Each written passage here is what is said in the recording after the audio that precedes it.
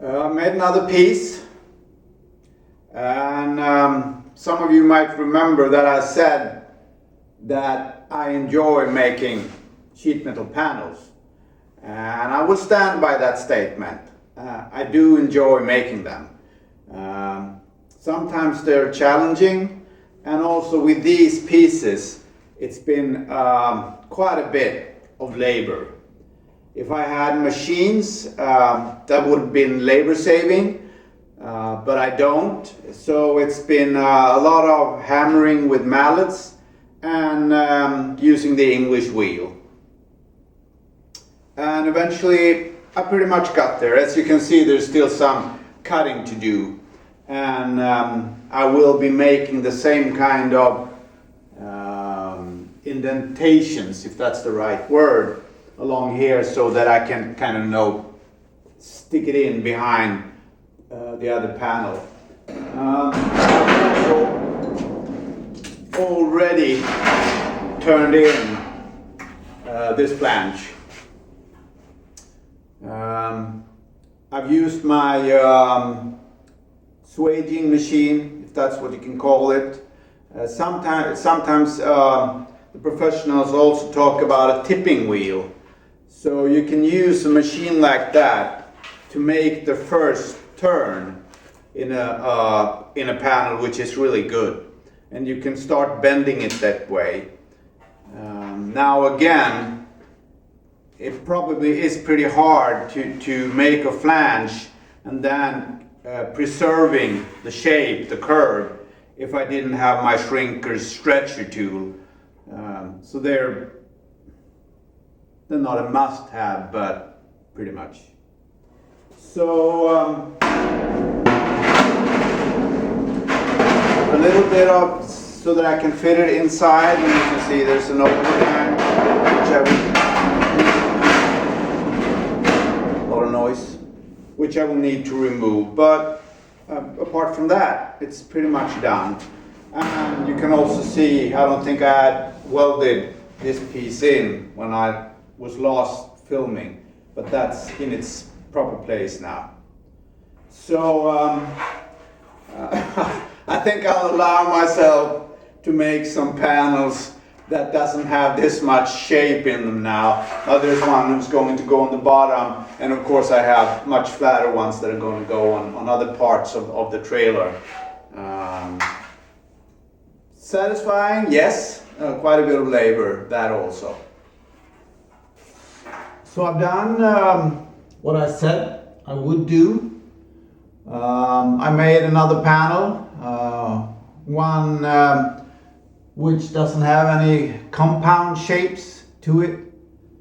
So it's a pretty straightforward bend. Some work with getting it to fit around the birdcage shape.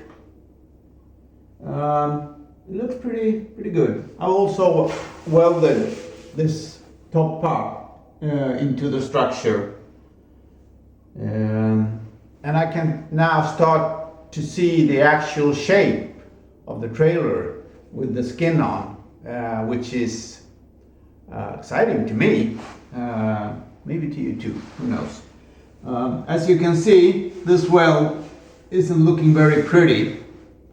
And what happened was these two panels didn't really meet very well, and I decided that I liked the shape of this bend better than the shape that I had with this one where they meet.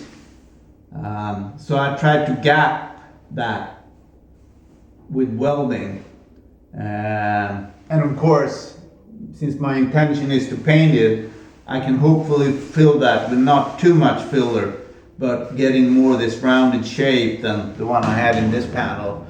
And that's how it goes with me. I'm not perfect in what I'm doing. I'm doing the best I can, but I also usually find some way to get the best mix, for instance, of these two panels meeting each other. I decided to continue with some fairly straight panels, but also with some fiddly things to do with them. Stay away from the big round shapes, the compound shapes, and do some fiddly bits instead. One thing was that I had to hammer this lower panel and also this part over here that I hadn't really shaped before, of course, so that the door can close. I'm thinking now that maybe I should have tried to bend them. I wouldn't have been able to put them, I have a small brake, but I wouldn't have been able to put it in a brake anyway, but bend it before I put it on the trailer. But then again, you have to measure really close to perfect to make it look good. So instead, I decided to more hammer form them into place. So that's what I ended up with. And then I've added another long but thin panel over here. And I had a bit of fun with that because I don't know if you can see, but I've done a bit of hammer forming 2 dents or bubbles in the panel, which were necessary because I didn't really have enough. I knew that I didn't have enough space around the hinges so that I can get the door in, even with the skin on. And I knew that, and I didn't mind because I thought that, well, it's going to add a bit of extra. So I like doing these bubbles. Now, again, this is not a tutorial, but if you want to do things like this, hammer forming, basic, simple hammer forming, usually what you do is you make a cutout in some kind of material, but you can find lots of tutorials on that. Only one other tip, which you sure will find in other places as well, is that of course you have to fix.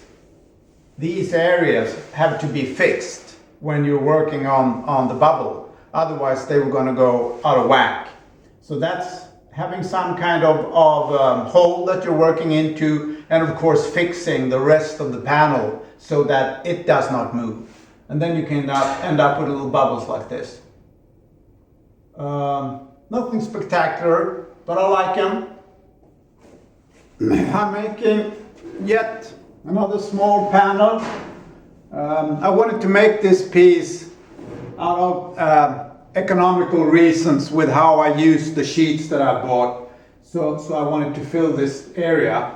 And when I'm making this now, I wanted to say something for those of you interested in shaping panels, that it's a funny thing, because in the beginning I thought that I was only going to have to do wheeling up here where there's a more of a shape and a sharper turn, and down here I didn't think I was going to have to do pretty much any work at all. But it's a funny thing, once you start shaping this area, some of the other, I don't know if they appear more flat or if they actually become more flat, but you get low spots, flat spots. So right now this area is not really round enough, so I'm going to have to keep on working. And it's just, if you like to do work like this, it's interesting to see what happened to the metal, what happened to the sheets. And you start shaping one part of it and something different, or fairly often kind of the opposite happens in some other part, so you got to keep on working different areas. If you want to learn more, I think I mentioned before a couple of people that I really admire. Ray Schilling, a pro shaper in the States, it's got some really good tutorials and some really good tips and tricks. I think I mentioned Lasse, the Swede who lives in California. He's got lots of tutorials on how you use the English wheel, but I don't remember if I mentioned Peter Tomasini down in Australia, I think, who is a superb sheet metal maker, and I really, not always the best tutorials, but second to none when it comes to the craft.